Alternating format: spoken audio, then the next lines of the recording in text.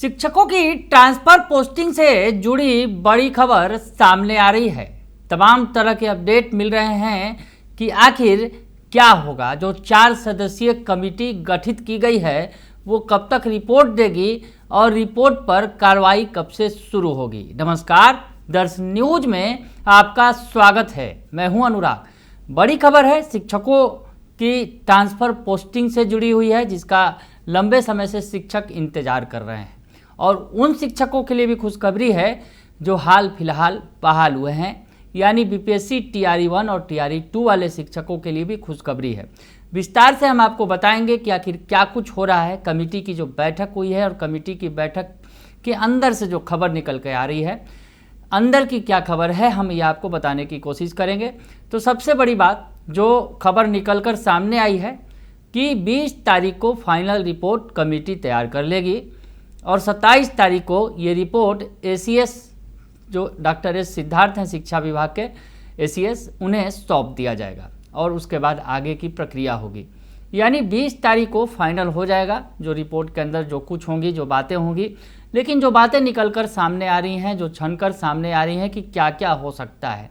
Transfer posting की जो policy है उसमें सबसे बड़ी बात जो शिक्षक संघ मांग रहे हैं या फिर शिक्षक मांग रहे हैं, ऐच्छिक स्थानांतरण की जो मांग हो रही है वो मांग अब उनकी पूरी होने जा रही है। जी हाँ, ये बड़ी खबर है कि ऐच्छिक स्थानांतरण का लाभ शिक्षकों को मिलेगा और खासकर उन शिक्षकों को जो सक्षमता परीक्षा जिन्होंने पास कर लिया है। 1,87,000 नियोजित शिक्षक हैं, उन्हें ऐच्छिक स्थानांतरण का लाभ मिलने जा रहा है। बड़ी खबर आपको बता रहे हैं, ये अंदर की खबर है। अंदर जो कमेटी की बैठक में तमाम बातें तय हो रही हैं, धीरे धीरे तमाम चीज़ें निकल कर सामने आ रही हैं। तो आपको बताएं कि 20 तारीख को रिपोर्ट फाइनल हो जाएगा और मंगलवार को इसके पहले बैठक होगी। और मंगलवार की बैठक में ट्रांसफ़र पोस्टिंग के अलावा छुट्टियों में जो कटौती की गई है उस पर विचार किया जाएगा। उसके अलावा अनुकंपा बहाली का मामला है और पुनर्गठन, जो कैडर का पुनर्गठन होना है बिहार शिक्षा सेवा का, इन तमाम बिंदुओं पर चर्चा होगी। तो मंगलवार को महत्वपूर्ण बैठक होगी और मंगलवार के महत्वपूर्ण बैठक के बाद आगे जो 20 तारीख तक कमेटी अपना रिपोर्ट तैयार करेगी और उसके बाद 27 को इस वजह से क्योंकि बीच में बिहार विधानमंडल का मानसून सत्र होगा 22 से लेकर 26 तारीख तक। तो इस बीच जो है जो वहाँ पर सरकार व्यस्त होगी। तो ऐसे में 27 तारीख को ये रिपोर्ट जो है शिक्षा विभाग के अपर मुख्य सचिव डॉक्टर एस सिद्धार्थ को सौंप दी जाएगी और उसके बाद शिक्षा विभाग के अपर मुख्य सचिव एस सिद्धार्थ और शिक्षा मंत्री सुनील कुमार इस पर आखिरी फैसला लेंगे। तो ऐसी स्थिति में जो बातें निकलकर सामने आई हैं कि ऐच्छिक स्थानांतरण जिसकी मांग शिक्षक लगातार कर रहे थे वो उनको मिलने जा रही है। और सबसे बड़ी बात यह है कि जो सक्षमता परीक्षा 1,87,000 शिक्षक हैं उन्हें आवेदन करने का मौका मिलेगा।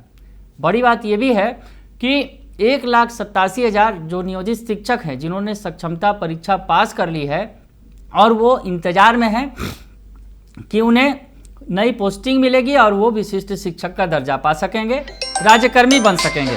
तो ऐसी स्थिति में इंतजार है, इंतजार की घड़ियां खत्म होने का नाम नहीं ले रही हैं। 3-4 महीने से ज़्यादा का वक्त बीत चुका है सक्षमता परीक्षा को हुए। तो ऐसी स्थिति में जो 1,87,000 शिक्षकों के लिए खुशखबरी है। हालांकि उनको बता दें, ये जो 1,87,000 शिक्षक जो है, जो खबरें निकल कर आ रही है कि 1 अगस्त से ऑनलाइन आवेदन करेंगे, यानी ई शिक्षा कोष ऐप के जरिए वो आवेदन करेंगे और उन्हें जो है फिर पोस्टिंग दी जाएगी। यानी जो शिक्षक विशिष्ट शिक्षक बनने के लिए खड़े हैं उनके लिए 1 तारीख जो है काफ़ी महत्वपूर्ण होगा। 1 अगस्त से ये प्रक्रिया शुरू की जाएगी, जो खबर मिल रही है। और ये तमाम जो कवायदें होंगी वो ऑनलाइन होंगी और ई शिक्षा कोष ऐप के जरिए होंगी। तो ये बड़ी खबर है और 1,87,000 शिक्षक है वही आवेदन करेंगे, ये खबर है। बाकी जो नियोजित शिक्षक हैं जिन्होंने अभी तक सक्षमता परीक्षा नहीं दिया है या फिर देने के बाद भी वो पास नहीं कर सके हैं, उनके लिए आगे सक्षमता 2 पर विचार किया जाएगा और सक्षमता देने के बाद वो फिर ट्रांसफ़र पोस्टिंग के लिए आवेदन करेंगे। तो ऐसी स्थिति में 1,87,000 सक्षमता पास नियोजित शिक्षकों को सीधा लाभ मिलने जा रहा है ट्रांसफ़र पोस्टिंग का और ऐच्छिक स्थानांतरण का। ये बड़ी खबर आपको बता रहे हैं, ऐच्छिक स्थानांतरण का। यानी जिन शिक्षकों ने सक्षमता परीक्षा पास कर लिया और उन्हें जिला आवंटित कर दिया गया। दरअसल उनसे 3 चॉइस मांगे गए थे नियोजित शिक्षक जिन्होंने सक्षमता परीक्षा दी थी, और जिनको जो चॉइस मिल गया, जिनको अपना भी चॉइस मिल गया, अगर अपना भी जिला मिल गया तो उन्हें फिर से ई शिक्षा कोष ऐप के जरिए अपना फिर से चॉइस देना होगा। और इसमें ज़्यादातर चांसेज हैं कि जो शिक्षक हैं उन्हें आसपास, यानी जहां वो पदस्थापित हैं, जो उनकी नियोजन इकाई है, नियोजन इकाई में तो उनकी पोस्टिंग नहीं होगी, ये तो तय है, लेकिन आसपास की नियोजन इकाई या अगर कहें तो प्रखंड जो है वहां पर उनकी बहाली की जाएगी। यानी एक शिक्षकों के लिए बड़ी राहत वाली खबर है। जिस नियोजन में वर्तमान नियोजन इकाई में वो तैनात हैं, उस नियोजन इकाई में उन्हें तैनात नहीं किया जाएगा, लेकिन आसपास की नियोजन इकाई या फिर आसपास के प्रखंडों में उन्हें तैनात किया जाएगा, और इसके लिए ई शिक्षा कोष ऐप के जरिए उनसे चॉइस मांगा जाएगा। तो ये बड़ी खबर है। यानी जो बीपीएससी जो बिहार विद्यालय परीक्षा समिति की सक्षमता परीक्षा जो हुई थी, जिसमें चॉइस दिया गया था, वो चॉइस अब काम नहीं करेगा। ई शिक्षा कोष ऐप के जरिए आपको चॉइस देना होगा। इसके जरिए आपको अपना चॉइस वाला जिला भी मिल जाएगा जो आपको मिला था, ये ज़्यादातर संभावना है। आसपास का जो प्रखंड मिल जाएगा, ये बात माना आ रही है सामने, या फिर हो सकता है आसपास की नियोजन इकाइयों में भी उनकी बहाली की जा सके। तो ये बड़ी खबर है 1,87,000 सक्षमता परीक्षा पास नियोजित शिक्षकों के लिए। लेकिन बाकी जो नियोजित शिक्षक हैं उन्हें भी निराश होने की ज़रूरत नहीं है, क्योंकि उनके लिए भी जो बिहार सरकार है सक्षमता परीक्षा 2 आयोजित करेगी, और उसके आधार पर जो है फिर उन्हें ट्रांसफ़र पोस्टिंग का लाभ दिया जाएगा। यानी अभी वो फिलहाल जहां हैं उस नियोजन इकाई में बने रहेंगे। ये बड़ी खबर है। और सबसे बड़ी खबर, ये तो सक्षमता परीक्षा पास शिक्षकों के लिए है, लेकिन एक उससे भी बड़ी खबर है जो नवनियुक्त शिक्षक हैं, यानी बीपीएससी द्वारा बहाल विद्यालय अध्यापक। जी हाँ, विद्यालय अध्यापकों के लिए भी बड़ी खबर है। ये तमाम जो खबरें आपको बता रहे हैं ये अंदर खाने से निकलकर सामने आ रही है, और इस पर मुहर लगेगी 20 तारीख को, यानी 20 जुलाई को फाइनल रिपोर्ट जो है कमेटी तैयार कर लेगी, और 27 जुलाई को एसीएस को इसे सौंपा जाएगा। तो 20 जुलाई को ही फाइनल होगा। लेकिन जो खबरें अंदर से आ रही हैं, निकल कर छन कर जो आ रही हैं, कि बीपीएससी टीआरई 1 और टीआरई 2 पास शिक्षकों की जो बहाली की गई है, यानी बीपीएससी टीआरई 1 और टीआरई 2 में जो बड़े पैमाने पर शिक्षकों की बहाली हुई, विद्यालय अध्यापक के तौर पर उन्हें नियुक्त किया गया, उन शिक्षकों को भी ऐच्छिक स्थानांतरण यानी ट्रांसफर पोस्टिंग का जो लाभ है, ऐच्छिक स्थानांतरण का, चॉइस पोस्टिंग का लाभ मिलने जा रहा है। ये बड़ी खबर है, क्योंकि बीपीएससी टीआरई 1 और टीआरई 2 के शिक्षक अभी फिलहाल प्रोबेशन पीरियड पर हैं। प्रोबेशन पीरियड 2 सालों का है। ऐसे में शायद उन्हें उम्मीद नहीं थी कि वो ट्रांसफर पोस्टिंग का लाभ उठा सकेंगे, लेकिन जो अंदर खाने से खबर आ रही है, जो स्थानांतरण की पॉलिसी बन रही है, उसमें उन शिक्षकों को भी लाभ दिया जाएगा। लेकिन इसमें किसे लाभ मिलेगा, ये बड़ा सवाल है। तो इसमें आपको बता दें, जो बीपीएससी टीआरई 1 और टीआरई 2 में महिला शिक्षक हैं, उन्हें ऐच्छिक स्थानांतरण का लाभ मिल सकेगा। उसके अलावा जो दिव्यांग शिक्षक हैं, उन्हें ऐच्छिक स्थानांतरण का लाभ मिल सकेगा। और उसके अलावे जो पति पत्नी हैं, यानी पति पत्नी अलग अलग जगहों पर तैनात हैं, अलग अलग जिलों में तैनात हैं, तो वैसे लोगों को ऐच्छिक स्थानांतरण का लाभ मिल सकेगा। लेकिन जो बातें निकलकर सामने आ रही हैं कि इसमें जो बेहतर जगह तैनात है शिक्षक, उन्हें इसमें अप्लाई करने की ज़रूरत नहीं है।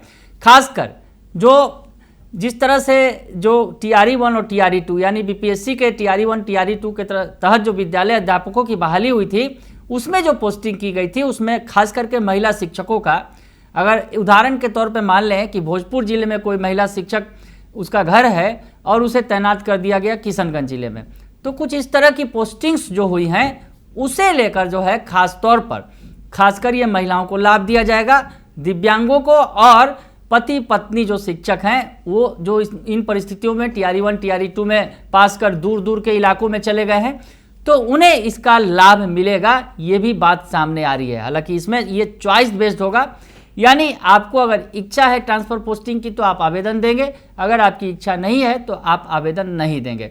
तो ऐसी स्थिति में जिनका दूर दराज के इलाकों में की पोस्टिंग हो गई है, ग्रामीण इलाकों में या फिर और दूर दराज के इलाके हैं जो पहाड़ और नदी और इन तमाम जगहों ऐसे जगहों पर तैनाती हुई है, उनके लिए खुशखबरी है कि वो अपने मनपसंद की जगह पा सकेंगी, जो महिलाएं हैं, खास करके दिव्यांग हैं या फिर पति पत्नी हैं। तो ये बड़ी खबर है बीपीएससी TRE1 और TRE2 वालों के लिए भी, यानी जो विद्यालय अध्यापक बने हैं बीपीएससी परीक्षा पास करके। TRE3 की जो प्रक्रिया है फिलहाल वो प्रक्रियाधीन है, आगे उसमें जो कुछ होगा फैसला लिया जाएगा। लेकिन ये बड़ी खबर है कि बीपीएससी शिक्षकों को प्रोबेशन पीरियड में भी ट्रांसफ़र पोस्टिंग का लाभ मिलने जा रहा है। ये बड़ी खबर निकलकर सामने आ रही है। तो हमने आपको बताया कि किस तरह से शिक्षकों का तबादला होने जा रहा है। हालांकि खबर अंदर खाने से ये भी है, जो पुराने बीपीएससी शिक्षक हैं 94, 99 और 2000 वाले जो शिक्षक हैं जिन्हें तबादले का इंतजार है, उन्हें भी लाभ मिल सकता है। हालांकि ऐसे कोटि के ज़्यादातर शिक्षक जो अभी फिलहाल हेडमास्टर के पद पर, प्रधानाध्यापक के पद पर तैनात हो चुके हैं, वैसे लोगों को तो लाभ नहीं मिलेगा, लेकिन जो शिक्षक होंगे उन्हें इसका लाभ मिल सकता है। ये भी खबरें निकलकर सामने आ रही हैं। और एक बात और जो बड़ी खबर निकलकर सामने आ रही है कि कई सारे जो बीपीएससी TRE1 और TRE2 के बाद जो बहालियाँ हुई थी, उसमें कई सारे स्कूलों में जहां छात्र कम हैं और शिक्षकों की बहाली उस पैमाने में, उस अनुपात में कहीं ज़्यादा कर दी गई, तो वैसे स्कूलों को भी चिन्हित कर वहां से स्कूलों के में जो पदस्थापित किए गए हैं शिक्षक, उनका तबादला किया जाएगा।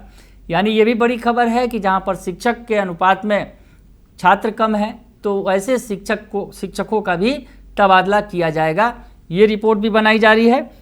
और लेकिन सबसे बड़ी बात, जो सक्षमता परीक्षा पास नियोजित शिक्षक हैं, 1,87,000 नियोजित शिक्षक हैं, उन्हें अब ट्रांसफ़र पोस्टिंग, यानी जो उनकी पोस्टिंग होने वाली है, नई पोस्टिंग होगी विशिष्ट शिक्षक के तौर पर, तो उसका लाभ 1 अगस्त से मिलेगा। जैसा कि बताया जा रहा है कि 1 अगस्त से ये जो प्रक्रिया शुरू हो जाएगी, ऑनलाइन प्रक्रिया होगी। इस शिक्षा कोष ऐप के जरिए वो आवेदन करेंगे और आवेदन के बाद उन्हें जो उनके जो चॉइस वाली जगह होगी, और इसमें सबसे बड़ी बात है कि जो पहले से जिला चॉइस में दिया गया था, जो बिहार विद्यालय परीक्षा समिति के द्वारा, उसे नहीं माना जाएगा, बल्कि वो जो नया चॉइस देंगे, यानी वो पटना जिला उन्होंने चॉइस दिया था, तो फिर से वो पटना के लिए आवेदन करेंगे तो उन्हें पटना जिला दिया जा सकता है।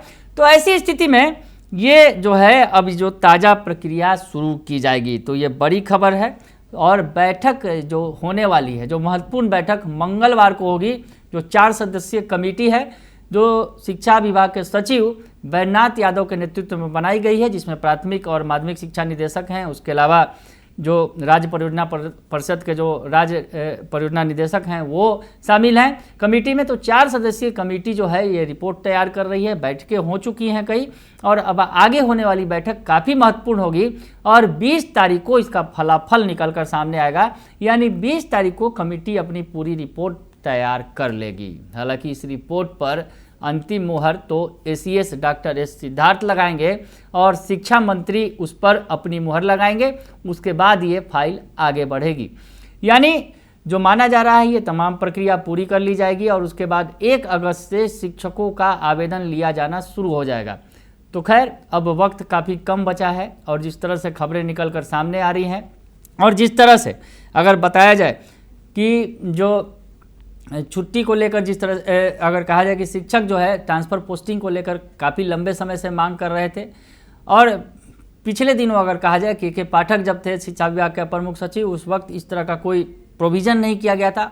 और ख़ास करके बीपीएससी के द्वारा जो चयनित शिक्षक थे उन्हें जिस तरह से दूसरे जिलों में भेजा गया, उस पर भी अभी जो काफ़ी तरह की आपत्तियाँ आती हैं और परेशानियाँ हैं तो अब जो है शिक्षा विभाग के नए अपर मुख्य सचिव जो डॉक्टर S सिद्धार्थ हैं, उन तमाम परेशानियों को दूर करने की कवायद कर रहे हैं, और शिक्षकों के हित में ये बड़ा फैसला लिया जा रहा है। और सबसे बड़ी बात, जो शिक्षक चाहते थे ऐच्छिक स्थानांतरण का लाभ, वो उन्हें मिलने जा रहा है, ये माना जा रहा है। और 1 अगस्त से इसकी प्रक्रिया भी शुरू हो जाएगी, ये भी माना जा रहा है। और कमेटी की बैठक में छुट्टियों पर भी फैसला लिया जाना है। उसके अलावा अनुकंपा के आधार पर जो बहाली होंगी, या फिर शिक्षा संवर्ग के अंतर्गत जो गठन है, नया पुनर्गठन किया जाना है कैडर का, उसकी भी समीक्षा होगी। तो सबसे बड़ी बात जो है, अगर ट्रांसफ़र पोस्टिंग के बाद तो छुट्टियों के बारे में जो पुरानी परंपरा थी, जिस परंपरा के आधार पर बिहार में छुट्टी दी जा रही थी शिक्षकों को, उस परंपरा को बहाल किया जा सकता है। यानी जो छुट्टियां काटी गई थी पर्व त्योहारों में, वो छुट्टियां फिर से बहाल होंगी। यानी जो पुराना कैलेंडर था शिक्षकों की छुट्टी का, वो फिर से लागू हो सकता है। तो बड़ी खबर है, अंदर की खबर है। बैठक जो हुई है शिक्षा विभाग की 4 सदस्यीय कमेटी की जो बैठक हुई है उसमें बहुत कुछ निकलकर सामने आ रहा है। देखना दिलचस्प होगा कि 20 तारीख को जब मुहर लगेगी, फाइनल मुहर लगेगी, तो उसमें शिक्षकों के लिए क्या कुछ निकलकर सामने आता है। लेकिन ये अंदर की खबर है, यानी सूत्रों के हवाले से ये खबर है। वैसे में इसमें जो बहुत सारी चीज़ें हम बता रहे हैं उन चीज़ों पर मुहर लगती नज़र आएगी 20 तारीख को जब फाइनल रिपोर्ट तैयार हो जाएगा। बने रहिए दर्श न्यूज के साथ, तमाम खबरों से आपको अपडेट रखेंगे। फिलहाल के लिए इतना ही, धन्यवाद।